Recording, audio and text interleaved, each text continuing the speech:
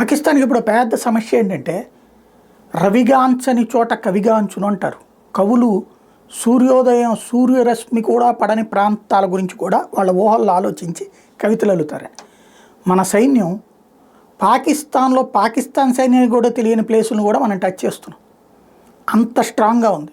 అంటే టచ్ చేయడం అంటే వెళ్ళగలుగుతున్నాం. వాళ్ళ సైన్యం వెళ్ళడం ఓకే, మన సైన్యం వెళ్ళగలుగుతుంది.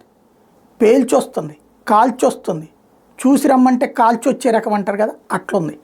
మొన్న రాజ్నాథ్ సింగ్ చెప్పినట్టు హనుమంతుడి సేన ఎక్కడ దాకా వెళ్ళాలో అక్కడ దాకా వెళ్తున్నాం.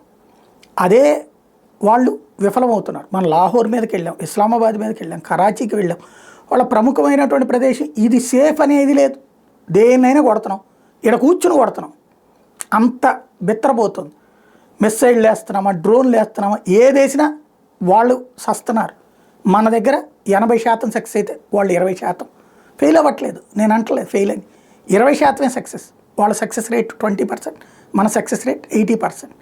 ఒక రకంగా 10% అనాలి వాళ్ళ సక్సెస్ రేట్. ఎందుకంటే సామాన్యుల మీద ప్రాణాలు తీయగలుగుతున్నారు తప్పించి పెద్దగా నష్టలేదు. 1-2 చోట్ల సైన్యం మరణం, ఇది నిజం. మిగతాదైతే నడుస్తుంది. అయితే ఇక్కడ పాయింట్ ఏంటంటే వాట్ నెక్స్ట్.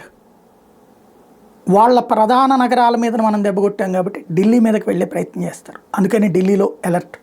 రాజధాని కదా, వాళ్ళ రాజధాని కొట్టాం మనం, మన రాజధాని మీదకి వస్తారు. అక్కడ ప్రధానమంత్రి ఇంటికి 21 కిలోమీటర్ల దూరంలో కొట్టాం, వాళ్ళ సైనిక చీఫ్ దగ్గర కొట్టాం.